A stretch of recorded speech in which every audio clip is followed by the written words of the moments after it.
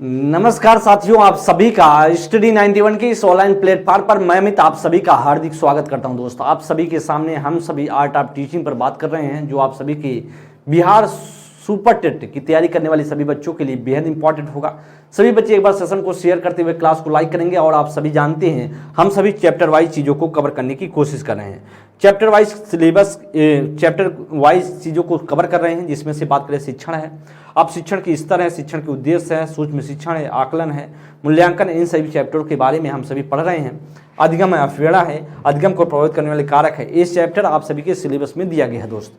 तो हम सभी इन चैप्टर के अकॉर्डिंग चीज़ों पर चल रहे हैं, बातें कर रहे हैं, सीख रहे हैं। और उसके पहले बात किया जाए, एक इन्फॉर्मेशन है। वह इन्फॉर्मेशन की बात करें तो आप सभी की हिंदी इंडिविजुअल क्लास के बारे में है दोस्त।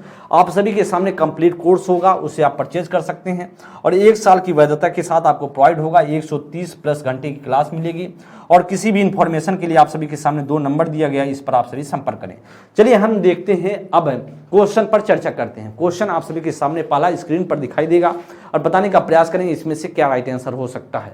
कर पूर्व विद्यालय में पहली बार आया बच्चा मुक्त रूप से चिल्लाता है। 2 वर्ष पश्चात वही बच्चा जब प्रारंभिक विद्यालय में पहली बार जाता है तो अब वह अपना तनाव चिल्लाकर व्यक्त नहीं करता है, अपितु कंधे और गर्दन की पेशियां तन जाती हैं। उसके इस व्यवहारिक परिवर्तन का क्या सैद्धांतिक आधार हो सकता है? क्या विकास क्रमिक परिवर्तन से होता है, विकास निरंतरी होता रहता है, या विकास अलग अलग लोगों में विकास भी भिन्न भिन्न रूप से होता है? विभेद और एकीकरण सिद्धांत से लक्षण है। ध्यान दें कारक कि दोस्त पहली बार बच्चा जाता है तो मुक्त रूप से क्या करता है? चिल्लाता है। तो पहले पूर्व विद्यालय में जब जाता है बच्चा क्या करता है? पूर्व विद्यालय में जाता है, मतलब अभी क्या है, बच्चा आंगनबाड़ी केंद्रों में जाना शुरू किया है। तो शुरुआत में क्या करता है? बच्चा चिल्लाता है। बाद में क्या करता है? जब बच्चा प्रारंभिक विद्यालय में जाता है, तो मतलब 1 से 1 2 3 4 मतलब क्लास में जाता है, क्लास 1 में जाता है, तो अब क्या करा? पहली बार वह जब जाता है तो अपना तनाव कैसे करता है? चिल्ला कर व्यक्त नहीं करता। इसका मतलब किस सिद्धांत पर कार्य कर रहा है? जो विकास किस सिद्धांत पर या वर्क कर रहा है, ऐसा आपसे प्रश्न पूछ रहा है। तो दोस्त करा विकास क्रमिक रूप से प्रकार से होता है, तो क्रमिक प्रकार से इसका कोई मतलब नहीं है दोस्त, ये गलत होगा। करा विकास निरंतरी होता है, निरंतर होता है तो ठीक है, लेकिन एक कोई तरीका थोड़ी ना है कि पहले वह चिल्लाकर कर रहा है फिर बाद में वह चिल्लाकर नहीं कर रहा है। तो अभी निरंतरी जो निरंतर का सिद्धांत है, निरंतरता का सिद्धांत है, इस पर नहीं हो रहा है। विकास अलग अलग लोगों में विकास भिन्न भिन्न होता है, तो यह भी हम जानते हैं अलग अलग होता है, लेकिन ऐसा कोई तरीका थोड़ी ना है कि वह चिल्लाकर शुरू में आदमी व्यक्त करता है फिर बाद में। लेकिन इसमें बात करें, या कलाई गड्डी विभेद और एकीकरण का सिद्धांत के लक्षण है। और इसी तरीके से एकीकरण का सिद्धांत कहता है कि जब शुरुआत में बच्चा कोई चीज़ होता है तो बहुत, जैसे आप अभी कोई चीज़ बच्चे को दो, आप देना जब जाते हो, छोटा बच्चा होता है तो कोई वस्तु पकड़ाते हो तो पूरे बॉडी को ले जाकर उस वस्तु को पकड़ता है। लेकिन बच्चा बाद में धीरे धीरे सीख जाता है कि भाई हमको पूरे शरीर ले जाने की क्या जरूरत, हम तो हाथ से पकड़ सकते हैं या पैर से पकड़ सकते हैं। तो इस तरीके से वह एकीकरण का सिद्धांत कहलाता है दोस्त। हमारा जो राइट होगा वह D is the right option. Question संख्या 1 का राइट आंसर होगा डी। नेक्स्ट क्वेश्चन पर हम बात करेंगे, सेकंड नंबर क्वेश्चन के लिए। मानव विकास कुछ विशेष सिद्धांतों पर आधारित है, निम्नलिखित में से कौन सा मानव विकास का सिद्धांत नहीं है?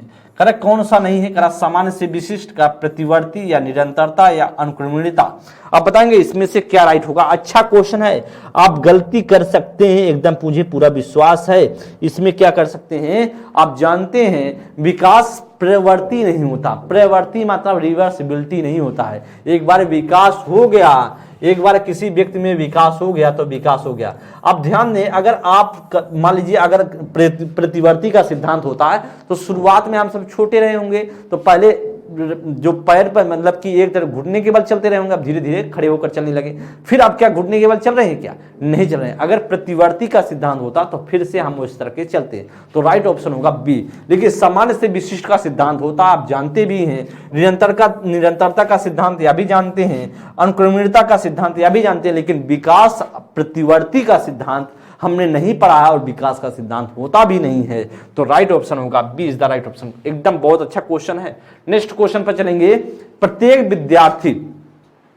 प्रत्येक शिक्षार्थी स्वयं में विशिष्ट होता है, इसका क्या अर्थ है? इसका अर्थ क्या है? सभी विद्यार्थी के लिए एक समान पाठचर्या संभव नहीं है। करें सभी विषम रूपी क्लास में शिक्षार्थियों की क्षमताओं को विकसित करना असंभव है। करें कोई भी दो शिक्षार्थी अपनी योग्यता, रुचियों और प्रतिभाओं में एक समान नहीं होते। विद्यार्थियों में ना तो कोई समान विशेषताएं होती है और ना उनके लक्ष्य समान होते हैं। आप बताएंगे इसमें से क्या डिपेंड करता है, किस पर यह चीजें चल रही हैं। आपसे दोस्त इसमें से पूछ रहा क्या इसमें से राइट हो सकता है। तो जब विशिष्ट की बात करा कि स्वयं में विशिष्ट, आप स्वयं में विशिष्ट किस प्रकार से रिप्रेजेंट करेंगे। अगर आपसे पूछा जाए कि भाई आप अपने आप में विशिष्ट हैं तो क्या इसका मीनिंग होने वाला है। करा कि सभी विद्यार्थियों के लिए एक समान पाठचर्या संभव नहीं है। भाई पाठचर्या का मतलब नाम ही नहीं आया यहां पर, तो पाठचर्या हम क्यों लेंगे। इसमें तो कह रहा कि हम स्वयं से कैसे विशिष्ट हैं। अब पढ़ाई लिखाई की बात तो कहीं नहीं की गई, तो पढ़ाई लिखाई पर क्यों जोर दे रहे हैं। कह रहा कि पाठचर्या में संभव नहीं है। भाई पाठचर्या से कहां लेना देना हमें, तो गलत होगा। कह रहा कि एक रूपी क्लास में, अब भाई क्लास की कहां बात हुई। मैं आपसे पूछ रहा हूं कि अपने आप में आप विशिष्ट हैं तो क्लास से आप उसको डिफाइन करने की कोशिश करेंगे नहीं।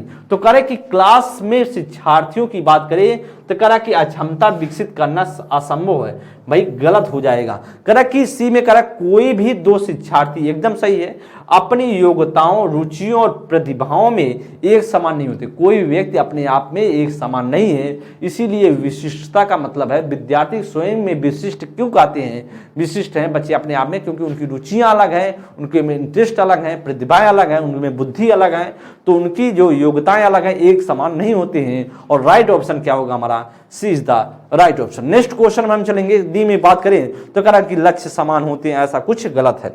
चलेंगे आगे बात करता है फोर्थ नंबर के लिए, सीमा हर पाठ को बहुत जल्दी सीख लेती है। चलिए सीमा नाम की कोई बच्ची है, वह बहुत अच्छे से पाठ को अच्छे तरीके से सीख लेती है, जबकि लीन उसे सीख लेने में ज्यादा समय लेती है। या विकास के किस सिद्धांत को दर्शाता है, व्यक्ति भिन्नता के, अंतर्संबंध को, निरंतरता के, या सामान्य से विशिष्ट। बताएंगे इसमें से क्या राइट होगा। फोर्थ नंबर अच्छा क्वेश्चन है। आप जानते हैं मैंने आपको बताया कि व्यक्ति भिन्नता का सिद्धांत कहता है कि आप में योग्यताएं अलग हो सकती है, रुचियां अलग हो सकती हैं, आपको अलग अलग तरीके से आप विशिष्ट हैं। भाई आप एक तरीके से किसी व्यक्ति में से तुलना हो नहीं सकती है। तो कह रहा कि इसमें कह रहा कि कोई सीमा है वह पाठ को क्या बहुत जल्दी से सीख लेती है। भाई सीमा का वातावरण बच्चे, सीमा की आनुवंशिकता अच्छी रही होगी। और बात की जबकि लीना उस चीज को इतनी जल्दी से नहीं कर पाती है। इसका मतलब क्या है, व्यक्ति भिन्नताएं हैं। और राइट ऑप्शन होगा हमारा ए। अंतर संबंध का सिद्धांत दोस्त कहता है कि सभी पक्ष एक दूसरे से जुड़े हैं, तो इसका कोई मतलब नहीं है। करस निरंतरता का सिद्धांत कहता है सभी विकास निरंतर रूप से, मतलब कभी ना रुकने वाली प्रक्रिया, विकास किसी न किसी रूप में चलता ही रहता है, तो ऐसा कोई मतलब है सामान्य से विशिष्ट या भी कोई उससे तात्पर्य नहीं हो रहा दोस्त। तो हमारा क्या होगा, फोर्थ का ए ऑप्शन राइट होगा। फिफ्थ नंबर के लिए बताएंगे, कर विकास हमेशा बच्चे की उम्र में मेल खाता है या विकास के सिद्धांत का कारण है। निरंतरता का, एक समान पैटर्न का, एकीकरण का, या व्यक्ति भिन्नता का। विकास हमेशा व्यक्ति की उम्र से मेल खाता है या किस प्रकार का सिद्धांत काम करता है। आप बताएंगे, आप जानते हैं दोस्त, कर विकास हमेशा एक उम्र से मेल खाता। तो आप जानिए, ध्यान दें, तो मैंने आपको पढ़ाया है विकास के क्रम का सिद्धांत मैंने बताया, क्रमिक विकास का सिद्धांत मैंने आपको बताया। तो इसका मतलब है कि उम्र कारक कि बच्चे हमेशा उम्र किससे मेल खाते। जैसे बात किया जाए तो सबसे पहले हम हर बच्चे का क्या आएगा, सबसे पहले बच्चे का शैशवावस्था ही आएगा, शैशवावस्था आएगा। इसके बाद बच्चे का बाल्यावस्था आएगा। हर बच्चे का यह निश्चित है कि यह स्टेज आएगा ही आएगा, उसी के अनुरूप इस पैटर्न पर ही काम करेगा। ऐसा नहीं किसी अलग पैटर्न में काम करने लगेगा। किसी बच्चे का शैशवावस्था, किसी बच्चे का बाल्यावस्था आ रहा है, किसी बच्चे का किशोरावस्था आ रहा है, तो इसी पैटर्न का हमेशा क्या होता है, इसी पैटर्न का हमेशा जो विकास फॉलो करता है, पहले शैशव, फिर बाल्यावस्था, फिर किशोरावस्था। तो यही तो कह रहा है कि इसका मतलब है कि एक समान पैटर्न का क्या कर रहा है, एक समान यहां होगा, यहां लिख देंगे एक समान पैटर्न का। राइट ऑप्शन होगा फिफ्थ का बी ऑप्शन राइट होगा। क्या होगा, बी ऑप्शन राइट होगा। तो निरंतरता का सिद्धांत से कोई तात्पर्य नहीं है। एकीकरण का सिद्धांत कहता है पहले विकास बहुत, मतलब पूरे शरीर का आप ले जाने, एकीकरण का सिद्धांत यही कहता है कोई वस्तु पकड़ते हैं तो पहले हमारे पूरे शरीर का विकास हो जाए, फिर उसके छोटे छोटे अंगों का। तो व्यक्ति भिन्नता से कोई मिलना जुलना नहीं है। तो फिफ्थ का जो हमारा राइट होगा वह बी ऑप्शन करेक्ट होगा। करेक्ट, घसीट के चलने से पहले बच्चा अपना सिर उठाने में सक्षम होता है। मतलब घसीट के चलने से पहले बच्चा अपना सिर उठाने में सक्षम होता है, ऐसा निम्न किसके संचालन के कारण होता है? भेदभाव सिद्धांत पर, एकीकरण के सिद्धांत पर, सेफलोकाउडल के सिद्धांत पर, या प्रॉक्सिमल डेवलपमेंट के सिद्धांत पर? प्रॉक्सिमोमोडिस्टल सिद्धांत पर। किस सिद्धांत पर काम कर रहा है बताएंगे दोस्त? अच्छा क्वेश्चन है, यह क्वेश्चन अच्छा है, बताएंगे दोस्त क्या किस आधार पर कर रहा है दोस्त, इसमें से आप बताने का प्रयास करेंगे।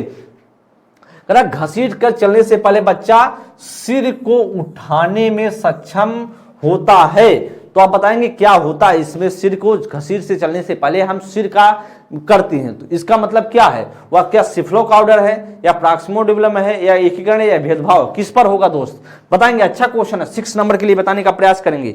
इसमें से क्या राइट होगा? वह दोस्त बात करें तो हम किस सिद्धांत पर काम करते हैं, किस सिद्धांत पर हम काम करते हैं दोस्त? वह सेफलोकाउडल पर करते हैं। सबसे पहले क्या होगा? बच्चे के कारक सिर से पहले हम घसीट से चलने से पहले क्या करते हैं? सिर का, तो सिर से पैर की तरफ, घसीट के चलने से पहले सिर से पैर की तरफ चलते हैं नहीं, पहले हम सिर का विकास होगा तभी तो पैर का सिद्धांत होगा, तभी तो हम पैर घुटने का इस्तेमाल करेंगे। तो यही तो करा, घसीट से चलने से पहले पैर के सिर के उठाने का हम क्या करते हैं, जिसे हम बोला जाता है सिर से पैर की तरफ। तो राइट ऑप्शन होगा हमारा C is the right option. समझ गए होंगे आप सभी। घसीट के चलने से पहले मतलब जब चलने से पहले घसीट कर चल रहे हैं उसके पहले हम सिर का विकास करें तो सिर से पैर की तरफ होगा, तो पैर अभी जब चलेगा बाद में, पहले तो सिर का विकास होगा ना। 7 नंबर के लिए बताएं, निम्नलिखित में से किस कारक का सीखने पर सबसे कम प्रभाव पड़ता है? क्या थकान का, वाई का, रोग पर, या लिंग भेद पर? बताएंगे इसमें से क्या राइट आंसर होगा? आप बताने का प्रयास करेंगे कौन सा इसमें से आंसर राइट हो जाएगा। इसमें से दोस्त बताएंगे क्या इसमें से राइट आंसर होगा? आप जानते हैं दोस्त कारक की किस कारक पर, किस कारक सीखने के लिए सबसे कम प्रभाव? तो थकान क्या है? आप थकान, अब आपको ज्यादा थकान लगेगी तो या तो आपको ज्यादा प्रभावित करेगा। कारक कब से कम, बहुत कम आपके ऊपर प्रभाव डालता है। थकान होगा तो सही है, आयु अगर कम है, आयु आपके ज्यादा है तो आप दूसरी तरीके से बिहेव करेगा, आप दूसरी तरीके से। आयु पर डिपेंड करता है विकास, जो सीखने का तरीका, मतलब सीखना कितना आप सीख पाएंगे, आयु पर, आपकी एज पर भी डिपेंड करता है। रोग पर, आपको रोग है कि आप निरोग हैं, यहाँ पे डिपेंड करता है। लेकिन लिंग भेद, क्या लड़कियों और लड़कों में कोई ऐसा अंतर है? क्या भगवान ने ऐसा बनाया है कि लड़कियां नहीं सीख पाएंगी लड़के सीख जाएंगे, लड़के नहीं सीख पाएंगे लड़कियां सीख जाएंगी? तो ऐसा लिंग का भेद कोई इस पर डिपेंड नहीं करता सीखने पर। और राइट ऑप्शन क्या होगा हमारा? D is the right option. तो सीखने का सबसे कम प्रभाव किस पर पड़ता है? वह लिंग भेद पर पड़ता है। राइट ऑप्शन होगा D is the right option. Next question पर कर रहे हैं बात, ध्यान दें, सीखने की प्रक्रिया को प्रभावित करने वाले कारक है। सीखने की प्रक्रिया को प्रभावित करने वाले कारक हैं अनुकरण, प्रशंसा एवं निंदा, प्रतियोगिता और ये सभी। बताएंगे 8 नंबर क्वेश्चन के लिए क्या राइट होगा? तो कह रहा है दोस्त, सीखने की प्रक्रिया, जब आप सीख रहे हैं, जो लर्निंग करने की प्रोसेस है उसमें प्रभावित करने वाले कारक कौन से हैं? तो भैया अनुकरण भी है। जब आप सीख रहे हैं तो अनुकरण भी आपके ऊपर प्रभाव डालता है कि आप अनुकरण उस व्यक्ति का सही तरीके से कर रहे हैं कि नहीं कर रहे हैं। अगर हम सिखा रहे हैं, आप सीख रहे हैं, तो आप उस पैटर्न का फॉलो कर रहे हैं कि नहीं कर रहे हैं, अनुकरण भी डिपेंड करता है। आपका प्रशंसा और निंदा भी डिपेंड करता है सीखने पर। अगर आपको हम प्रशंसा आपकी करें, बेटा देखो बहुत अच्छे से पढ़ रहे हो, सीख रहे हो, बहुत अच्छे आगे जाओगे, आपकी प्रशंसा कर रहा हूं तो भाई आप आगे जाओगे। लेकिन निंदा भी कर रहा हूं तो भी वह सीखने पर इफेक्ट डालेगा। निंदा भी हो रही तो इफेक्ट डालेगा, क्योंकि निंदा से आप बच्चे डिमोटिवेट होगा। प्रतियोगिता भी क्या करेगा, आपको प्रभावित करने वाले कारक हैं। इसीलिए दोस्त बात करें, हमारा राइट ऑप्शन होगा D is the right option. क्या होगा? D is the right option. Next question पर हम चलेंगे। 9th नंबर क्वेश्चन अच्छा है। कहा कि निम्नलिखित में से कौन सा तत्व अधिगम को प्रभावित करते हैं? कौन सा ऐसा तत्व है जो अधिगम को प्रभावित करता है? शिक्षार्थी का उत्प्रेरण, कर शिक्षार्थी की परिपक्वता, शिक्षण युक्तियां, शिक्षार्थी का शारीरिक और संवेगात्मक स्वास्थ्य। मतलब फर्स्ट सेकंड या फर्स्ट सेकंड थर्ड फोर्थ या फर्स्ट सेकंड या फर्स्ट थर्ड या फर्स्ट सेकंड थर्ड। दोस्त बताएंगे कौन सा इसमें से प्रभावित करता है? दोस्त इसमें से आप बताएंगे कौन सा इसमें से राइट होगा? तो निम्नलिखित में से तत्व अधिगम को प्रभावित करते हैं, तो आप जानते हैं शिक्षार्थी का उत्प्रेरण जो है, जो उसमें उद्दीपक है, एक तरीके से जो आपका समझिए, जो आप देखो उत्प्रेरण का मतलब समझिए जो आपको उत्तेजित करता है, एक तरीके से आपको उत्तेजित करता हुआ उत्प्रेरण भी आपको ऊपर प्रभावित करता है। शिक्षार्थी की परिपक्वता, शिक्षार्थी में मैच्योरिटी है कि नहीं, जो शिक्षार्थी है उसमें परिपक्वता प्राप्त है कि उस लायक, सीखने लायक है कि नहीं है, वह भी प्रभावित करता है। एकदम सही है। शिक्षण युक्तियां, अब हम गलत युक्ति का प्रयोग करें, शिक्षण जो प्रक्रियाएं हैं, मान लीजिए चलिए आपको पहले क्या किया जाता था, आप अगर आप जानते हो शिक्षण युक्तियों की बात करें तो सब कहते हैं कि पहले हमको कॉन्सेप्ट पढ़ना चाहिए, पहले हम कॉन्सेप्ट जब सीख जाते हैं तब हमको अभ्यास करना चाहिए। आप उल्टा कर रहे हो, आप अभ्यास कर रहे हो फिर कॉन्सेप्ट को सीख रहे हो, तो गलत हो जाएगा दोस्त। ऐसी युक्तियों से यह भी प्रभावित करेंगे। कारण शिक्षार्थियों का शारीरिक और संवेगात्मक स्वास्थ्य एकदम है, अगर बच्चे का शारीरिक रूप से स्वस्थ नहीं है, संवेगात्मक रूप से स्वस्थ नहीं है, तो भी वह प्रभावित करती है। इसीलिए दोस्त फर्स्ट, सेकेंड, थर्ड और फोर्थ है सभी के सभी राइट हैं, और सभी के सभी राइट होने की वजह से B is the right option हो जाएगा। 9th का क्या होगा, बी ऑप्शन करेक्ट होगा। नेक्स्ट क्वेश्चन पर हम चलेंगे 10 नंबर क्वेश्चन के लिए। अधिगम को प्रभावित करने वाला व्यक्तिगत कारक कौन सा है? अधिगम को, लर्निंग को प्रभावित करने वाला कौन सा व्यक्तिगत का संचार का साधन या समवयस्क समूह, अध्यापक या परिपक्वता एवं आयु? बताएंगे इसमें से 10 नंबर के लिए दोस्त, इसमें से बताएंगे कौन सा क्वेश्चन, कौन सा ऑप्शन राइट हो जाएगा। तो ध्यान देंगे, आपको बता रहा व्यक्तिगत कारक की जब बात कर रहा है, और इंडिविजुअल जो आपके जो इफेक्ट डालेगा, आपके कारक कौन सा है? संचार के साधन, या संचार का साधन क्या आपके ऊपर पर्टिकुलर साधन, जो संचार के साधन है आपके ऊपर पर्टिकुलर डालेगा? नहीं, ये सबके लिए है, व्यक्तिगत नहीं है। या क्या है, एक तरीके से सार्वजनिक है, तो या तो आपको नहीं होगा। समवयस्क समूह, समवयस्क जब आपकी उम्र के सभी बच्चे रहेंगे तो व्यक्तिगत नहीं है। करा कि अध्यापक, तो अध्यापक आप नहीं है, अध्यापक कोई है तो इस तरीके से आपके समाज में है। और कर परिपक्वता, आप में परिपक्वता तो आप में आएगी, आप जब तक परिपक्वता नहीं प्राप्त कर लेंगे, क्या आप दूसरा परिपक्व हो गया तो आप भी परिपक्व हो गए? नहीं, जब तक आप में परिपक्वता नहीं आएंगी। इसलिए आप बात करें तो इंडिविजुअल है, व्यक्तिगत है। आयु आपका डिपेंड करता ना कि दूसरे की आयु पर। मान लीजिए हमारे आयु ज्यादा है, हमारी आयु कम है, आपकी ज्यादा है या कम है, तो उस पर क्या डिपेंड करता है? जब तक हम अपने एज के अनुरूप परिपक्व नहीं हो जाएंगे तब तो आप हमारे अधिगम के योग्य होंगे, अदरवाइज हम कैसे योग्य हो सकते हैं? अगर हमारी एज और परिपक्वता सही तरीके से हो गई तो अधिगम अच्छे से हो पाएगा, नहीं तो इफेक्ट द्वारा डालेगा। इसीलिए दोस्त बात करिए क्या है, हमारा व्यक्तिगत कारक है, और राइट ऑप्शन होगा हमारा D is the right option. क्या होगा? D is the right option. Next question पर चलेंगे 11th नंबर के लिए। कारक कि सीखने के वे कौन से कारक हैं जो सीखने को प्रभावित करते हैं? कर शिक्षार्थी का शारीरिक व मानसिक स्वास्थ्य, कर प्रेरणा उपलब्धि का प्रेरणा स्तर, कर उत्सुकता और इच्छा शक्ति या उपरोक्त सभी। कर कि कौन सा ऐसा कारक है जो सीखने को प्रभावित करेगा? अब ध्यान देंगे, सीखने को प्रभावित करता है दोस्त, वह हमारे शिक्षार्थी के मानसिक और शारीरिक जो स्वास्थ्य है वह भी डिपेंड करेगा। मान लीजिए हमारा शारीरिक रूप से और मानसिक रूप से हम स्वस्थ नहीं है तो हम सही तरीके से सीख पाएंगे? नहीं सीख पाएंगे दोस्त, हम सोएंगे। हमारे जब शारीरिक रूप से स्वस्थ नहीं, मानसिक रूप से स्वस्थ नहीं है तो हमारा मन नहीं लगेगा पढ़ने में। तो इसका मतलब यह कारक है। पेड़ अगर मोटिवेट नहीं रहेंगे आप किसी चीज के प्रति और उपलब्धि आपके भीतर इस तरह की चीजें नहीं रहेंगी तो भी आप क्या होगा, अधिगम के प्रति आप में अरुचि होने लगेगी, उत्सुकता नहीं रहेगी, क्यूरियोसिटी नहीं रहेगी, और बात करें इच्छा शक्ति नहीं रहेगी, तो भी आप क्या आपका प्रभावित करते हैं। और इसीलिए दोस्त बात करें हमारा राइट आंसर क्या होगा, उपयुक्त सभी होगा, डी ऑप्शन करेक्ट होगा। नेक्स्ट क्वेश्चन पर हम चलेंगे 12 नंबर के लिए दोस्त बताएंगे। कर दोस्त ध्यान दें, कर दो विद्यार्थी एक ही अवतरण को पढ़ते हैं फिर भी उनके बिल्कुल भिन्न अर्थ लाते हैं, उनके बारे में निम्नलिखित में से क्या सत्य है? कर संभव नहीं है क्योंकि अधिगम का आशय अर्थ लगाना नहीं है। कर संभव नहीं है और विद्यार्थियों को से दूसरा पढ़ना चाहिए। संभव है क्योंकि शिक्षक के अवतरण को समझाया नहीं है। कर संभव है क्योंकि व्यक्ति के अधिगम को विविध कारण विविध गतिविधियों से प्रभावित करते हैं। आप बताएंगे दोस्त, अच्छा क्वेश्चन है, और आप बताइए इसमें से क्या राइट होगा। करा कि दो विद्यार्थी एक ही अवतरण को पढ़ते हैं। मान लीजिए आप सामने ध्यान देंगे, दो विद्यार्थी, एक हम है एक आप है, आप कोई एक ही उस चीज को आप भी पढ़े और हम भी पढ़ रहे हैं, ठीक है। फिर कह रहा है कि फिर भी इसके बिल्कुल भिन्न अर्थ लाते हैं, मतलब हम दूसरा अर्थ ला रहे हैं, मीनिंग ला रहे हैं, अब दूसरा मीनिंग ला रहे हैं। कह रहा कि इसके बारे में क्या क्या सत्य हो सकता है? तो कह रहा संभव नहीं भाई, संभव है, क्यों नहीं है संभव? संभव है इसका मतलब है संभव नहीं है, गलत कर रहा है, तो संभव है, बात तो सबसे पहले है संभव होगा। अब संभव नहीं है, जैसे संभव नहीं है गलत ऑप्शन, उसके आगे हमको पढ़ने की क्या जरूरत। कह रहा संभव नहीं है भाई, संभव है क्यों, क्योंकि हमें सोचने की क्षमता, आप में सोचने की क्षमता अलग हो सकती है।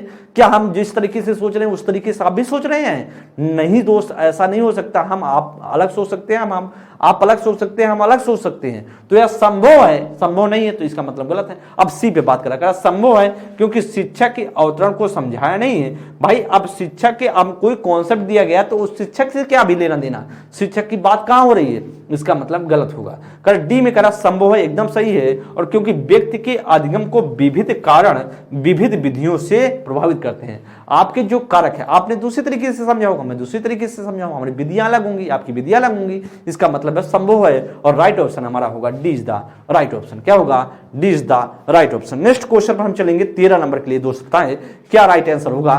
तो निम्नलिखित में से कौन सा कथन सीखने के बारे में सही है? सीखने के किसी भी चरण पर सीखना संवेगात्मक कारकों से प्रभावित नहीं होता। सीखना मूल रूप से मानसिक क्रिया है।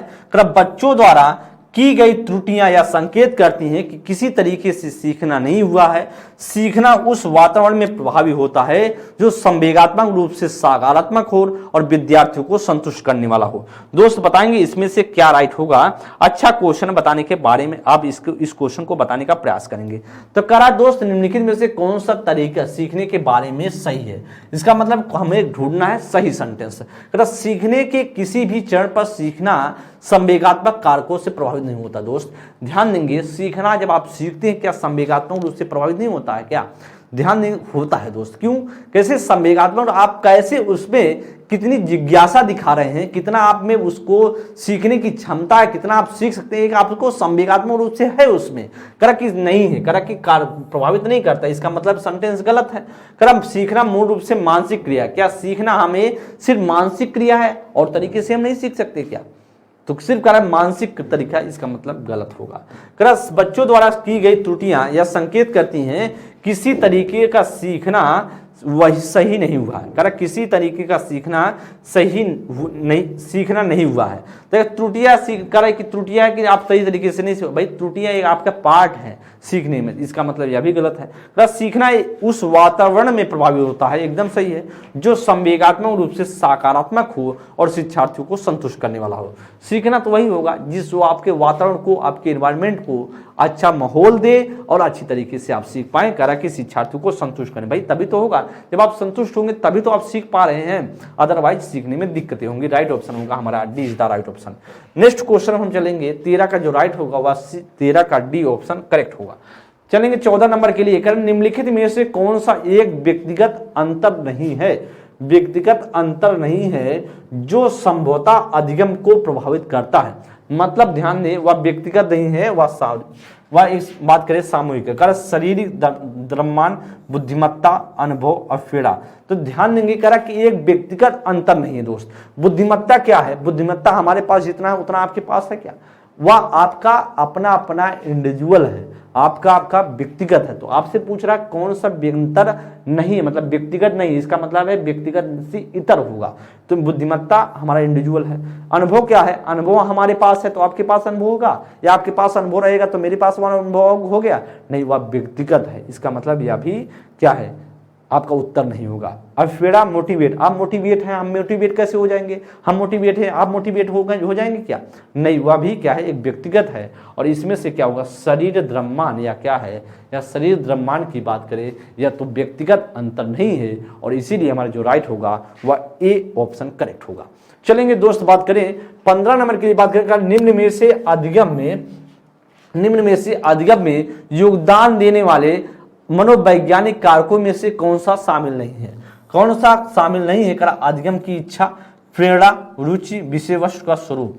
करा निम्न में से अधिगम की योगदान देने वाले मनोवैज्ञानिक कारकों में से कौन सा शामिल नहीं है? करा कि मनोवैज्ञानिक कारकों में से कौन सा शामिल नहीं होगा? अच्छा क्वेश्चन है जी, ध्यान देंगे।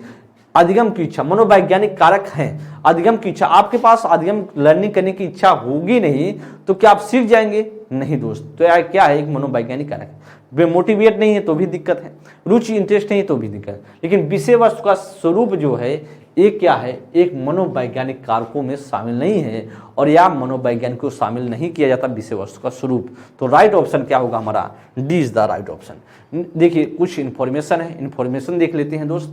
यूपी त्रिपुरा सीपेट का इन्फॉर्मेशन है, कंप्लीट पैकेज आपके सामने होगा। कंप्लीट कोर्स की बात करें 1299 का है, इंडिविजुअल इन बैच की बात करें 249 का है, डिटेल बुक की बात करें 299 का, प्रैक्टिस बुक की बात करें 90 रुपये का, कम्बो बुक की बात करें 380 का है।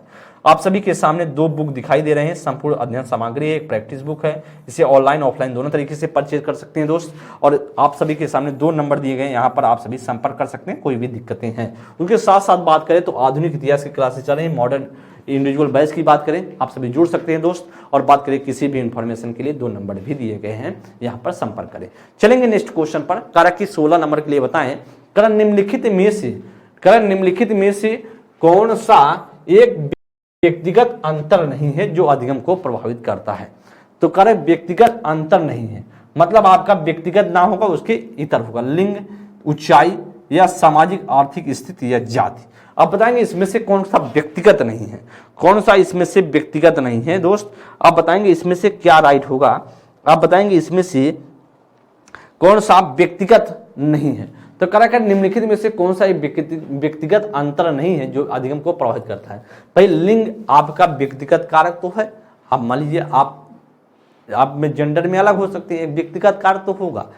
ऊंचाई की बात करें, ऊंचाई क्या है, ऊंचाई कोई व्यक्तिगत कारक है क्या, व्यक्तिगत कारक नहीं है, ये तो सबके लिए होगा। ऊंचाई आपके लिए भी है, हमारे लिए भी है। कितना आपको ऊंचा, चाहे लड़का हो चाहे लड़की हो, सबके लिए समान है। तो ऊंचाई यही क्या होगा, व्यक्तिगत। सामाजिक आर्थिक स्थिति ये आपके लिए है। सामाजिक आर्थिक स्थिति कैसे, आप किस समाज के परिवेश से जुड़े हैं, या भी होगा। जाति भी आपका इंडिविजुअल प्रॉब्लम है। चलेंगे नेक्स्ट क्वेश्चन पर। आपका जो होगा 16 का राइट ऑप्शन क्या होगा, वह ऊंचाई होगा। क्या होगा दोस्त, ऊंचाई होगा, राइट ऑप्शन होगा बी। नेक्स्ट क्वेश्चन पर चलेंगे 17 नंबर के लिए बताएं, कर अध्यापक का कौन सा कार्य उपयुक्त अध्यापक का कौन सा कार्य उपयुक्त अधिगम वातावरण बनाने में मदद नहीं करता। कर बच्चों को सुरक्षा का भाव देना, या बच्चों को स्वतंत्रता का भाव देना, या बच्चों को अन्य बच्चों की आलोचना करने देना, या बच्चों को निर्भय बनाना। बताएंगे दोस्त 17 नंबर के लिए दोस्त कमेंट करने की कोशिश करेंगे आप सभी, इसमें से कौन सा राइट होगा, इसमें से आपका कौन सा राइट होगा। का अध्यापक का कौन सा कार्य उपयुक्त अधिगम वातावरण बनाने में मदद नहीं है। कर बच्चों को सुरक्षा का भाव देना, भाई उपयुक्त भाव है। देखिए बच्चों को सुरक्षा का भाव देना या शिक्षक के कार्य भी है, क्योंकि बच्चे की बात करें अध्यापक का कार्य उपयुक्त वातावरण देने में मदद नहीं है, मतलब इसमें से शिक्षक का कौन सा कार्य नहीं होगा। ऐसा आपसे कह रहा है कि सुरक्षा का भाव देना होगा। टीचर को बच्चे को हर तरीके से बच्चे को लगे कि मैं सुरक्षित हूँ, पढ़ रहा हूँ तो सुरक्षित हूँ, सर हैं तो कोई दिक्कत नहीं है। मतलब बच्चों को स्वतंत्रता का भाव देना, यह भी एक तरीके से आप शिक्षक पर डिपेंड करता है। बच्चों के अन्य बच्चों को आलोचना कर देने देना, यही क्या है दोस्त, या यही आपका क्या होगा, राइट होगा, क्योंकि बच्चों के अन्य बच्चों की आलोचना करने देना या वातावरण बनाने में मदद नहीं करता है। यही तो होगा दोस्त, अध्यापक का कौन सा कार्य उपयुक्त अधिगम वातावरण बनाने में मदद नहीं करता है, बच्चों को अन्य बच्चों की आलोचना करने देना। यही नहीं, बच्चों को निर्भय बनाना एकदम सही है, बच्चों को निडर बनाना, बच्चों को डरना नहीं है, ऐसा शिक्षक का कार्य है। आपका राइट ऑप्शन होगा C is the right option. 18 number के लिए बताएंगे, निम्नलिखित में से कौन सा कारक अधिगम को सकारात्मक प्रकार से प्रभावित करता है। कौन सा ऐसा अधिगम का कारक है जो सकारात्मक रूप से प्रभावित करता है। अनुत्तीर्ण होने जाने पर भय से प्रतियोगिता, अर्थपूर्ण संबंध या माता पिता की ओर से दबाव। कर सकारात्मक रूप से प्रभावित करता है, बताएंगे कौन सा इसमें से सकारात्मक रूप से प्रभावित करता है। ध्यान देंगे, अच्छा क्वेश्चन है, आप गलती कर सकते हैं। कारण निम्नलिखित में से कौन सा कारक अधिगम को सकारात्मक रूप से प्रभावित करता है। अनुत्तीर्ण होने पर का भय, भाई सकारात्मक होगा कि नकारात्मक होगा। अगर अनुत्तीर्ण होने का भय रहेगा तो नकारात्मक है, क्या है, नकारात्मक क्या है, प्रकार से है, नकारात्मक प्रकार है। और बात करें कारक से प्रतियोगिता, यह भी एक नकारात्मक है, नकारात्मक है दोस्त। बात करें अगर आपसे बोले कि अर्थपूर्ण संबंध, या क्या है, एक प्रभावित, एक क्या है, एक बात किया जाए अधिगम का सकारात्मक प्रकार से प्रभावित करता है, अधिगम का संबंध, अर्थपूर्ण संबंध बात करें।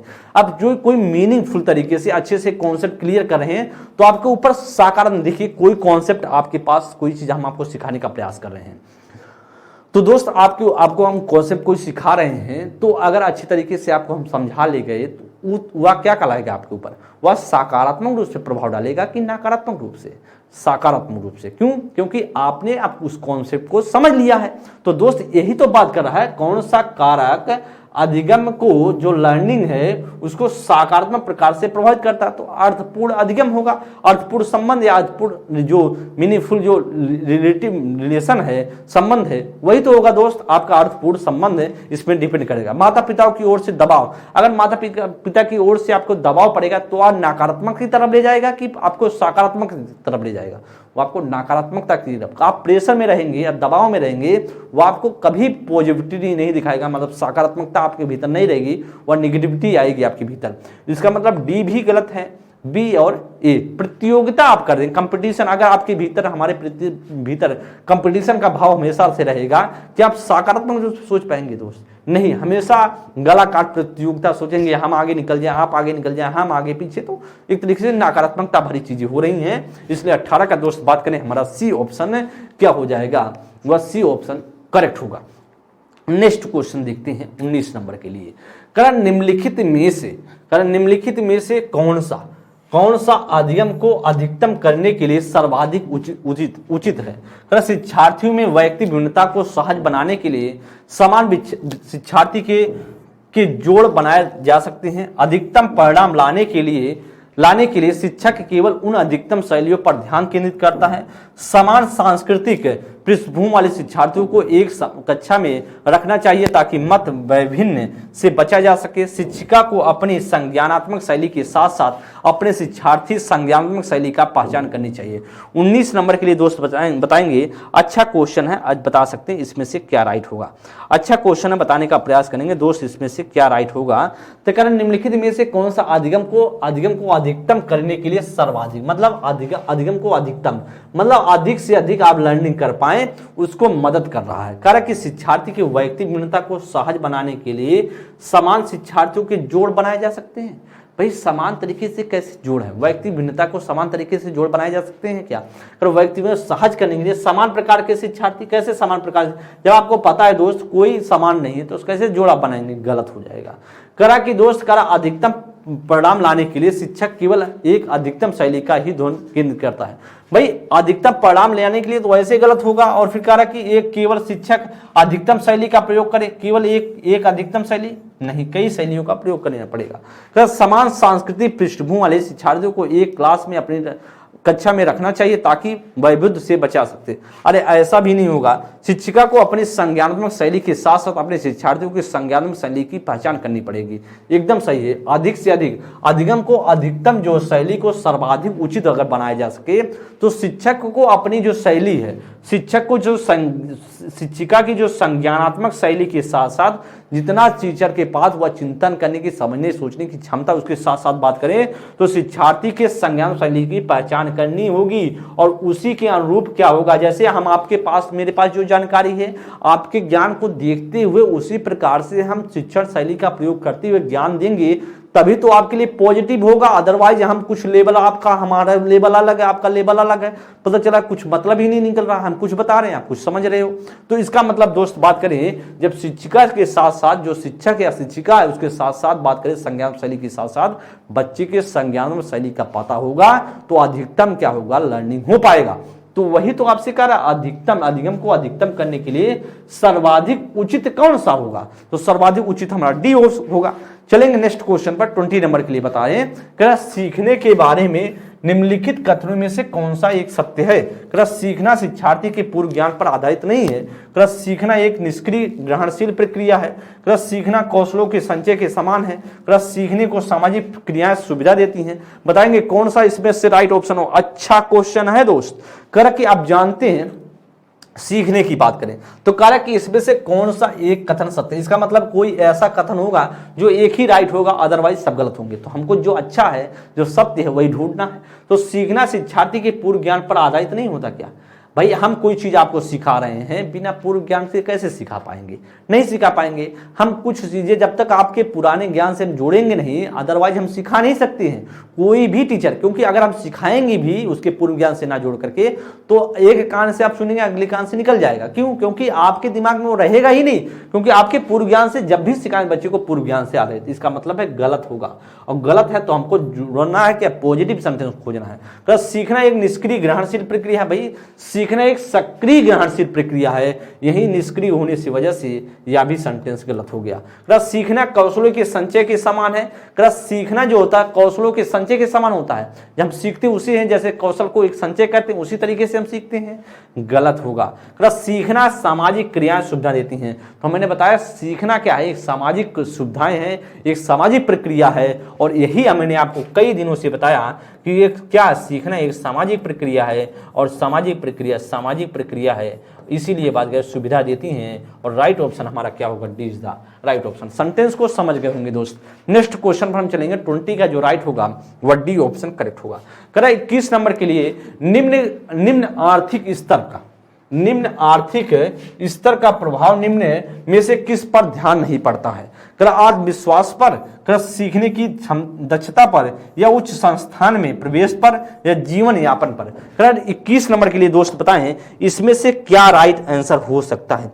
21 नंबर के लिए दोस्त बताएंगे कौन सा इसमें से राइट होगा।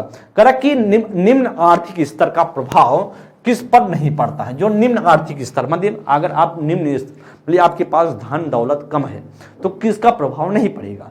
क्या आप, जैसे मान लीजिए हमारे पास पैसे नहीं है, आपके पास पैसे नहीं है, तो वह हमके ऊपर कोई प्रभाव नहीं डालेगा, ऐसा आपसे प्रश्न पूछ रहा है।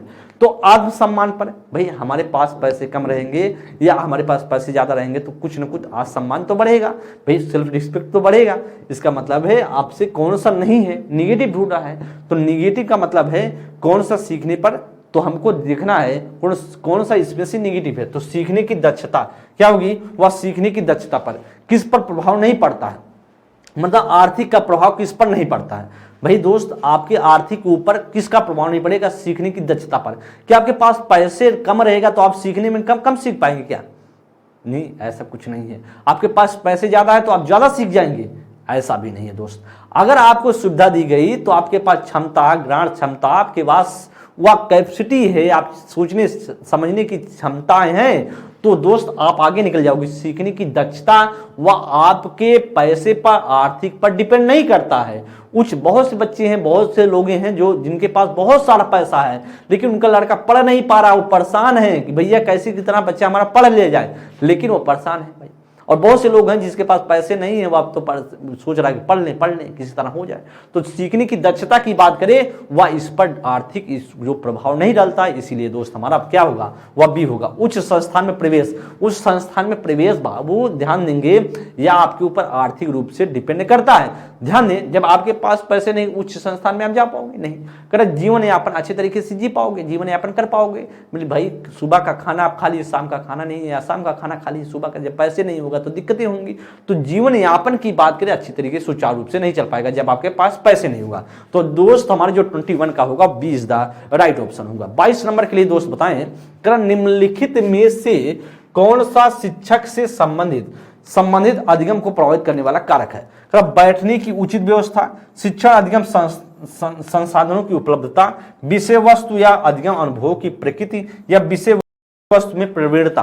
बताएंगे 22 नंबर क्वेश्चन के लिए इसमें से क्या राइट होगा। अच्छा क्वेश्चन है, बताएंगे कारण निम्नलिखित में से कौन सा शिक्षक से संबंधित अधिगम को प्रभावित करने वाले कारक है। करा दोस्त यहां ध्यान दें, करा बैठने की उचित व्यवस्था, तो कारक शिक्षक से संबंधित अधिगम को प्रभावित करने वाला, शिक्षक से संबंधित होगा। शिक्षक से संबंधित आपसे ध्यान दें, शिक्षक से होगा ना कि आपसे। तो शिक्षक के बारे में कौन सा आप शिक्षक से आप जो आपका अधिगम प्रभाव कौन सा डालेगा? बैठने की उचित व्यवस्था। अब बैठने की उचित व्यवस्था आपके लिए होगा क्या शिक्षक? अब भाई शिक्षक से संबंधित बैठने का आपका, तो आप शिक्षार्थी के लिए डिपेंड करेगा बैठने की उचित सुविधा। अगर बच्चा उचित तरीके से नहीं बैठा तो ये शिक्षार्थी की बात है। तो इसका मतलब इसलिए आपको नहीं ढूंढना, शिक्षक से संबंधित आपसे पूछ रहा है। टीचर से संबंधित अधिगम को प्रभावित करने वाला, मतलब टीचर आपके ऊपर क्या इफेक्ट डालेगा इस पर डिपेंड करना है। तो बैठने की उचित व्यवस्था या तो शिक्षार्थी का डिपेंड करेगा। अगर शिक्षार्थी सही तरीके से नहीं बैठ रहा है, टाइम टेबल से नहीं आ रहा है, तो यह तो शिक्षार्थी के ऊपर प्रभाव डालेगा। करें कि शिक्षण अधिगम संसाधनों की उपलब्धता, या क्या करेगा, उपलब्धता की बात करें, अगर संसाधन सही तरीके से नहीं मिले, उपलब्धता नहीं हो पा रही है, तो दोनों पर डिपेंड करेगा। विषय वस्तु की प्रवीणता, अगर ध्यान दें विषय वस्तु की प्रवीणता नहीं रहेगी, अगर शिक्षक के पास ज्ञान नहीं, विषय वस्तु का सिलेबस का जो प्रवीणता, विषय वस्तु का प्रवीणता किसके पास रहेगा, हमारे पास रहेगा या आपके पास? मैं पढ़ा रहा हूं तो मेरे पास रहेगा। अगर मेरे पास जानकारी अच्छी तरीके से नहीं है, प्रवीणता नहीं है, तो हमारा आपके ऊपर इफेक्ट पड़ेगा कि नहीं पड़ेगा? शिक्षक से संबंधित अधिगम को प्रभावित करने वाले कारक पूछ रहा है, इसलिए दोस्त हमारा क्या होगा, D is the right option होगा। विषय वस्तु या अधिगम अनुभव की प्रवृत्ति या उस पर डिपेंड नहीं करती दोस्त, तो हमारा क्या होगा, इस पर डिपेंड करेगा, हमारा D is the right option. Next question पर हम चलेंगे। 23 नंबर के लिए बताएं, अल्प वयस्क बच्चों के अधिगम में अभिभावकों की क्या भूमिका होनी चाहिए? मतलब अल्प वयस्क है, मतलब बच्चा भी क्या है, अभी वही जानिए कि शैशवावस्था से लेकर के बच्चा किशोरावस्था तक है। शैशवावस्था से लेकर के किशोरावस्था के बीच में अल्प क्या है, अल्प वयस्क अवस्था में है, अवस्था के आसपास है, मतलब किशोरावस्था में है बच्चा, इसी के बीच 0 से 18 वर्ष के इर्द गिर्द कहीं ना कहीं है, अल्प अभिवयस्क बच्चा है। कल निषेधात्मक है, अग्र सक्रिय होना चाहिए या संवेदनात्मक होना चाहिए, उदासीन होना चाहिए? तो शिक्षक जो अध्यापक को क्या होना चाहिए, पेरेंट्स को क्या होना चाहिए, गार्जियन को क्या होना चाहिए, बच्चे के प्रति अग्र सक्रिय हो कि बच्चा कहाँ जा रहा है, बच्चा कितना सीख रहा है, आप जो पढ़ के आ रहा है, बच्चा पढ़ाई लिखाई कर रहा है कि कहीं अपना कुछ दूसरा माहौल बना रहा है। तो यह भी ध्यान देंगे, जो अल्पवयस्क बच्चे हैं अधिगम में अभिभावकों की क्या भूमिका होनी चाहिए, वह अग्र सक्रिय भूमिका होनी चाहिए। 18 वर्ष तक आप देख रेख कर लो अच्छे से। अगर बच्चा 0 से 18 मतलब अगर शुरुआत से लेकर 18 वर्ष तक नहीं बिगड़ा, तो बच्चा आप आगे सुचारू रूप से सही तरीके से जा सकता है। आप इतना विश्वास कर सकते हो, जब आपका लड़का 18-20 साल तक कुछ नहीं दिक्कतें हुई, कुछ ज़्यादा डिस्टर्ब नहीं किया, माहौल को बिगाड़ने की कोशिश नहीं किया है, तो इसका मतलब बच्चा आगे जाएगा। तो इसलिए हमें क्या होनी चाहिए, वह अग्र सक्रिय होनी चाहिए। 23 का बी ऑप्शन राइट होगा। 24 नंबर के लिए दोस्त बताएं क्या राइट होगा। अवहेलना और अधिगम के बारे में निम्नलिखित में से कौन सा कथन सत्य है? करें कि अधिगम केवल तभी संप्रभावी होता है जब शिक्षार्थी की भीतरी प्रेरणा हो, सीखने की अंतर्निहित इच्छा हो। अधिगम केवल तभी प्रभावी होगा जब शिक्षार्थी बाह्य रूप से प्रेरित हो या बाहरी कारणों से प्रेरित हो। अधिगम में प्रेरणा कोई भूमिका नहीं है। अधिगम केवल तभी प्रभावी होता है जब शिक्षार्थी बाहरी पुरस्कारों का उपयोग से प्रेरित हो। दोस्त अच्छा क्वेश्चन है, आप बता सकते हैं, अच्छा क्वेश्चन है, अधिगम और प्रेरणा से संबंधित क्वेश्चन है, ऐसा आपसे प्रश्न है तो बताएंगे इसमें से। देखिए ध्यान देंगे, अगर प्रेरणा मोटिवेशन, उसके साथ साथ अधिगम लर्निंग, तो कौन सा कथन सत्य है? ध्यान दें, जो आप ध्यान देंगे, अधिगम तभी संभव होगा, अधिगम तभी प्रभावी होगा, सही है, तभी प्रभावी होगा जब शिक्षार्थी भीतरी प्रेरणा से प्रेरित हो। जब अधिगम आपके ऊपर तभी आपको इफेक्ट डालेगा, जब तभी डाल पाएगा जब आप करने की इच्छा हो। मान लीजिए हम बार बार करें, देखो बेटा, देखो आप ध्यान से सुनो कि आपको नौकरी लेनी है, आपके माता पिता जो हैं, आपके अपने माता पिता के स्तर को बढ़ाइए, अपने माता पिता के सम्मान को बढ़ाइए, आपको नौकरी लेनी है। हम बार बार कहें, आपके भीतर जागृत ही ना हो कि हमें लेना है, मुझे अपनी स्थिति, अपनी परिस्थिति को, अपने आर्थिक संतुलन को, अपने माता पिता के गार्जियन के, अपने जो समाज के लोग हैं उनसे हमको सम्मान लेना है, हमें थोड़ा सा बढ़ावा देना है, मतलब सम्मान, मेरा भी समाज में रिस्पेक्ट हो। अगर भीतर आपके रहेगा ही नहीं, आप कोशिश ही नहीं करोगे मुझे ऐसी चीजें हासिल करनी है, तो मैं बार बार चिल्लाऊं, बार बार कहूं, उससे कोई प्रभाव नहीं होगा। इसलिए अधिगम तभी संभव होता है, तभी प्रभावी होता है, तभी ज्यादा इफेक्टिव होता है जब बच्चा भीतर रूप से, बच्चा किसके रूप में, बच्चा इंटरनल मोटिवेट हो, इंटरनल मोटिवेट हो। तो हम क्या करेंगे, इंटरनल मोटिवेट होगा तभी हम बच्चे को ज्यादा अच्छी तरीके से सिखा पाएंगे और ज्यादा हमारा जो पढ़ाई लिखा जो हम पढ़ा रहे हैं बच्चे के ऊपर इफेक्ट डालेगा, अदरवाइज इफेक्ट नहीं डाल सकता। बी में क्या करा है, इसलिए हमारा दोस्त क्या होगा, या राइट होगा ए। अधिगम तभी प्रभावी होगा जब शिक्षार्थी बाहरी रूप से, भाई बाहरी रूप से आप पुरस्कार कोई बाहरी दिखावा के लिए मोटिवेट कर रहे हो तो दिक्कत है, तो बाहरी आपका कर एक्सटर्नल का रहा है, एक्सटर्नल रूप बहुत ज्यादा लिमिट नहीं रहेगा। आप दिखावा के लिए पढ़ रहे हैं, दिखावा के लिए सीख रहे हैं तो गलत हो जाएगा, क्योंकि दिखाते दिखाते एक दिन खत्म हो जाएंगे आप। करा कि सी में करा है कि प्रेरणा कोई भूमिका नहीं थी। भाई ये मोटिवेशन जो करा अधिगम में, प्रेरणा जो है मोटिवेशन कोई भूमिका नहीं लेता।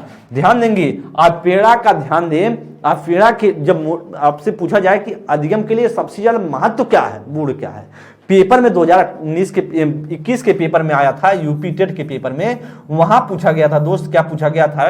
एक क्वेश्चन आया था यूपी टेट में पिछली बार, वह पूछा गया था कि अधिगम में सबसे ज्यादा महत्व क्या है। अधिगम में अगर किसी बच्चों को अधिगम कराना है तो सबसे ज्यादा महत्वपूर्ण क्या रुचि महत्वपूर्ण है, क्या वह आपके अफेड़ा महत्वपूर्ण है? तो वह सबसे ज्यादा महत्वपूर्ण है अफेड़ा। अफेड़ा क्या अधिगम का राजमार्ग है? अधिगम अफेड़ा का राजमार्ग है, यह स्किनर की डिफिनीशन है। मतलब अगर अफेड़ा मोटिवेट नहीं रहेंगे तो आपका अधिगम सही तरीके से नहीं हो पाएगा। कर कोई ना भूमिका नहीं है, इसका मतलब सेंटेंस क्या गलत है। कर अधिगम तभी संभव है जब शिक्षार्थी बाहरी रूप से पुरस्कारों से हो। भाई पुरस्कार लेकर कितना दिन आप सक्षम हो सकते हो? गलत होगा। आपको कुछ कर जाने, कुछ करने की अगर क्षमता होगी, भीतर कुछ गुजर कर अपने जिज्ञासाओं को जितना बढ़ाएंगे, जितना भीतर से आपके इंटरनल मोटिवेट होंगे, वही आपके लिए लाभकारी है। इसीलिए दोस्त बात करें 24 का हमारा जो राइट होगा वह is the right option. 25 number के लिए दोस्त बताएं, करा दोस्त पढ़े करा क्लास में बच्चों को प्रेरित समझा जा सकता है यदि वे अच्छी तरीके से वर्दी पहने स्कूल में आते हैं, वे कक्षा में अनुशासन बनाए रखते हैं, वे सभी उपस्थिति नियमित है, या वे शिक्षक से स्पष्टीकरण प्राप्त करने के लिए प्रश्न पूछते हैं। तो आप क्या बताएंगे दोस्त? अच्छा क्वेश्चन है, बहुत सरल क्वेश्चन, बहुत ज्यादा हार्ड क्वेश्चन है। तो क्लास में बच्चों को प्रेरित समझा जा सकता है, मतलब आप जब बच्चे समझिए क्लास में जब ज्यादा प्रेरित है, मतलब चीजें एक्टिविटीज ज्यादा कर रहे हैं, प्रेरित है, मोटिवेट है, तो क्या बच्चे अच्छी तरीके से वर्दी पहन कर, मतलब बच्चा एकदम ड्रेस वोस पहन करके बैग वो लेकर के आ रहा है, तो आप सोचेंगे एकदम बच्चा एकदम प्रेरित है पढ़ने के लिए, या कोई तरीका नहीं होता है। इसलिए दोस्त बात करें गलत है। क्लास में अनुशासन बनाए रखने, आप अनुशासन क्लास में बनाए रखा तो अब बच्चा ज्यादा प्रेरित है? नहीं, या ज्यादा प्रेरित भी अभी कम हो सकता है, लेकिन ज्यादा नहीं कर सकते, क्योंकि आपसे करा कि क्लास में बच्चों को प्रेरित समझा, मतलब चारों ऑप्शन में से आपको ढूंढना है कौन सा अच्छा होगा, तो हम प्रेफरेंस देंगे जो सबसे अच्छा होगा उसी को देंगे। अगर सभी उपस्थित नियमित रहे, भाई तभी प्रेरित है। जब आप नियमित रूप से जब पढ़े लिखे ना, तो इसका मतलब आप प्रेरित हैं नहीं। वे शिक्षक से स्पष्टीकरण प्राप्त करने के लिए प्रश्न पूछते हैं। जब आप कोई चीज कॉन्सेप्ट आप बार, जैसे आपके पास कोई चीज आपको समझना है, आपको समझ नहीं आ रहा, भ्रांतियां हैं आपके भीतर, दिक्कतें हैं, आप समझ नहीं पा रहे हो सर ये कैसे होगा, आप सर से जब स्पष्टीकरण समझ कर पूछते हो कि सर ये हमें ये चीजें समझ नहीं आ रही, आप हमको समझा दीजिए, तब हम मानेंगे बच्चा मोटिवेट है। अदरवाइज कैसे है? वर्दी पहन के आ रहा है, हम कहेंगे मोटिवेट है। बच्चा नियमित रूप से आ रहा है, हम कहेंगे मोटिवेट है क्या? नहीं दोस्त, जब बच्चा अपने क्यूरियोसिटी जो जिज्ञासा हो उसको शांत कर रहा हो, उसको समझ बना रहा हो, अपने कॉन्सेप्ट को क्लियर कर रहा हो, तभी हम कहेंगे वो बच्चा मोटिवेट है। और इसीलिए दोस्त बात करें हमारा डी ऑप्शन राइट होगा। 26 नंबर के लिए दोस्त बताएंगे क्या इसमें से राइट ऑप्शन हो सकता है। करेक्ट, एक शिक्षक विद्यार्थियों को अनुप्रेरित कर सकता है, करेक्ट पुरस्कार देकर, या करा सही मार्गदर्शन करा करके, या उदाहरण देकर के, या क्लास में भाषण देकर के। करा कि एक शिक्षक विद्यार्थियों को कैसे अनुप्रेरित कर सकता है, बताएंगे कैसे अनुप्रेरित करेगा। अच्छा क्वेश्चन है, बताएंगे इसमें से कैसे। करा पुरस्कार देकर, अब भाई आप किसी बच्चे को अनुप्रेरित का मतलब मोटिवेट कैसे कर सकते हो, यही से क्वेश्चन पूछ रहा है। आप पुरस्कार दोगे तो बच्चा मोटिवेट हो जाएगा, एक दिन पुरस्कार दोगे तो मोटिवेट, दूसरे दिन दोगे तो मोटिवेट, 4-6 दिन दोगे मोटिवेट, लेकिन जब पुरस्कार देना बंद तो मोटिवेशन खत्म। मतलब एक तरीके से पुरस्कार क्या है, बच्चे का क्या है, एक्सटर्नल मोटिवेशन है। क्या है? एक्सटर्नल मोटिवेशन है, और इसीलिए एक्सटर्नल मोटिवेशन ज्यादा टाइम तक क्या है, वह टिकता नहीं है, और दोस्त पुरस्कार गलत होगा। सही मार्गदर्शन करा करके आप सही डायरेक्शन देंगे, सही दिशा देंगे, तो बच्चा ज्यादा प्रेरित होगा और सीखने की क्षमताएं ज्यादा विकसित होंगी, और इसीलिए राइट ऑप्शन होगा बी। करेक्ट, उदाहरण देकर, एग्जाम्पल देकर मोटिवेट कर सकते हैं ना बाबू। करेक्ट, क्लास में भाषण देकर आप चिल्लाते रहिए, क्लास में स्पीच देते रहिए, कुछ होगा? कुछ नहीं होने वाला है। तो सही मार्गदर्शन जब दिखाएंगे तभी बच्चा जो आंतरिक रूप से मोटिवेट होगा, अनुप्रेरित होगा, अच्छे तरीके से आगे बढ़ेगा। नेक्स्ट क्वेश्चन पर 27 नंबर के लिए बताएं, करेक्ट कि क्लास में विद्यार्थियों को अधिगम के लिए प्रेरित करने हेतु किस युक्ति को प्रयोग में अनुप्रयोग आप नहीं करते हैं। करा छात्रों में स्वस्थ प्रतिस्पर्धा स्थापित करना, उन्हें आत्मगौरव की अनुभूति कराना, उनकी अत्यधिक प्रशंसा करना, करा गतिविधि आधारित शिक्षा अधिगम विधियों का अनुप्रयोग करना। तो करा कि क्लास में विद्यार्थियों को अधिगम के लिए प्रेरित करने हेतु किस युक्त का अनुप्रयोग आप नहीं करते हैं। तो करा कि कौन से ऐसे अनुप्रयोग हैं जिसके बच्चे बात करें आप ज्यादा नहीं करते हो। यही तो करा है कि मतलब करा अधिगम के लिए प्रेरित करनी हेतु, मतलब अधिगम के लिए लर्निंग के लिए मोटिवेट करनी हेतु करा कि कौन सी युक्त का आप उपयोग नहीं करते हो, कौन सा बच्चे के लिए उपयोग नहीं करोगे। कह रहा कि छात्रों की स्वस्थ प्रतिस्पर्धा, भाई जब प्रतिस्पर्धा करा रहे हैं आपके बीच बच्चों की भी प्रतिस्पर्धा नहीं कराना, कंपटीशन नहीं कराना, वही इसलिए हमारा क्या होगा, राइट होगा। मतलब गलत हमारा क्या होगा, गलत हमसे पूछ रहा था, गलत को क्या होगा, वह स्पर्धा, प्रतिस्पर्धा का मतलब कंपटीशन। अगर आप कंपटीशन बच्चों के बीच करा रहे हैं तो इसका मतलब है बच्चे के बीच हीनता का शिकार, बच्चे में जेलसी भावना, बच्चे में ईर्ष्या भावना जागृत कर रहे हैं, एक दूसरे में गला काट प्रतियोगिता, मतलब बच्चे में सोच रहे हैं हम आगे निकल जाए, वो बच्चा सोच रहा है हम आगे निकल जाए। इसका मतलब क्या है, आप ऐसा कार्य करेंगे तो दिक्कतें होंगी। आत्मगौरव का अनुभूत कराना एकदम सही है, उनकी अत्यधिक प्रशंसा करना यह भी सही है, बच्चों को प्रशंसा करती रहनी चाहिए। बच्चा अगर मेहनत कर रहा सीख रहा है तो उसको प्रशंसा करें, आगे बढ़ाएं, गतिविधि आधारित शिक्षण अधिगम हो। और यह भी सही है कि बच्चा करके सीखने वाली चीजें होंगी तो बच्चा आगे बढ़ेगा।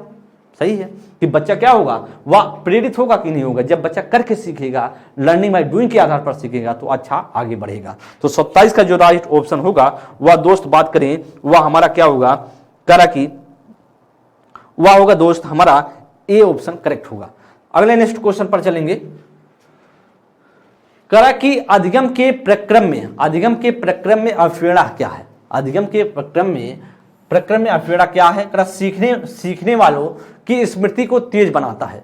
कर पुराने अधिगम से नए अधिगम को अभिभेद करता है। कर एक दिशी रूप से सोचने में सीखने वालों को प्रस्तुत करता है।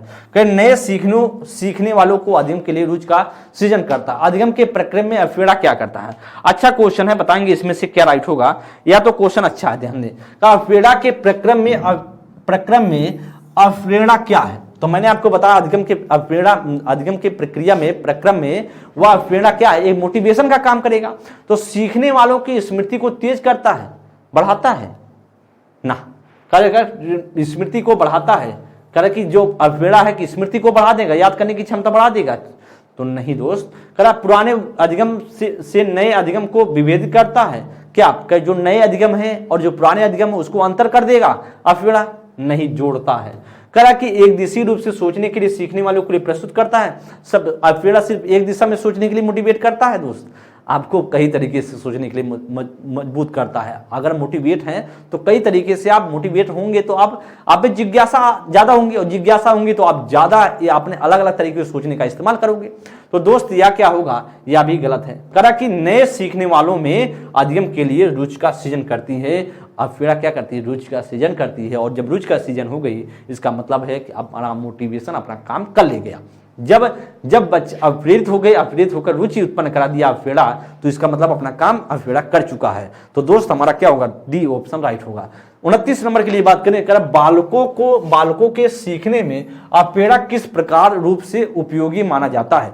कर बालक की वैयक्तिकता के आधार पर, क्या पुरस्कार एवं दंड, कर प्रशंसा भत्सना या उपयुक्त सभी, कर किस रूप में उपयोगी माना जाता है। बताएंगे, क्वेश्चन अच्छा है, बताने का प्रयास करेंगे। कर बालकों को सीखने में अवहेलना किस रूप में उपयोगी है। तो अवहेलना किस रूप में, बालक की वैयक्तिकता का आदर करना एकदम सही है। जब मोटिवेट हो रहा तो वैयक्तिकता का आदर तो हो रहा है। कर पुरस्कार और दंड में, इसका भी है, प्रशंसनात्मक भत्सना में, और यह भी सही है। उपयुक्त सही क्या होगा इसमें, पुरस्कार। देखिए मोटिवेट सीखने में अवहेलना क्या है, वह पुरस्कार के लिए भी अवहेलना है, वह एक तरीके से आपका उपयुक्त सभी हो जाएगा। क्या होगा इसमें, उपयुक्त सभी होगा। 29 का डी ऑप्शन राइट होगा। चलेंगे 30 नंबर क्वेश्चन के लिए। करा कि सीखने की प्रक्रिया में अवहेलना क्या है। करा शिक्षार्थी की स्मरण शक्ति को पैना बनाती है, पिछले सीखे हुए नए सीखे में अलग करती है, शिक्षार्थियों को एक दिशा के रूप में सोचने के योग्य बनाती है, शिक्षार्थियों में सीखने के प्रति रुचि का विकास करती है। तो मैंने आपको बताया क्या अवहेलना वह क्या करती है दोस्त, सीखने की प्रक्रिया में जो लर्निंग की प्रोसेस है वह मोटिवेशन उसमें क्या काम करती है। मोटिवेशन जो है उसमें कार्य की बात करें, कार्य वर्क क्या करता है वह दोस्त, करा स्मरण शक्ति को पैना बनाती है, गलत होगा। करा सीखने के नए अलग करती है, जो नया सीखे हैं और पुराने सीखने में अलग कर देगी? नहीं दोस्त। करा कि एक दिशा में सोचने के लिए एक दिशा में सोचते हैं मोटिवेशन से, कई तरीके से सोचना शुरू कर देते हैं। करा शिक्षार्थी में क्या करते हैं, रुचि पैदा करती है, के प्रति रुचि का विकास करती है। और इसीलिए दोस्त 30 का हमारा जो राइट ऑप्शन होगा वह डी ऑप्शन करेक्ट होगा। 30 का डी ऑप्शन राइट होगा। दोस्त आप सभी ने देखा कि हम सभी ने देखा कि 30 क्वेश्चन प्रयास किया करवाने का, प्रयास किए अधिक से अधिक क्वेश्चन को हम सॉल्व करवाएं, अधिक से अधिक आपका नंबर आ सके। और इसी तरीके से आप जुड़े रहें, सेशन को शुरुआत में शेयर कर दिया करें। बेहतरीन तरीके से एक्सप्लेनेशन होता है, चीज़ों को बेहतर करने की कोशिश की जाती है। और सभी बच्चे जब क्लास एक बार एंड हो जाए तो पॉजिटिव कमेंट करने की कोशिश कीजिएगा मित्र। अगली क्लास में मिलेंगे, तब तक के लिए बहुत बहुत धन्यवाद। थैंक यू मित्र, नमस्कार।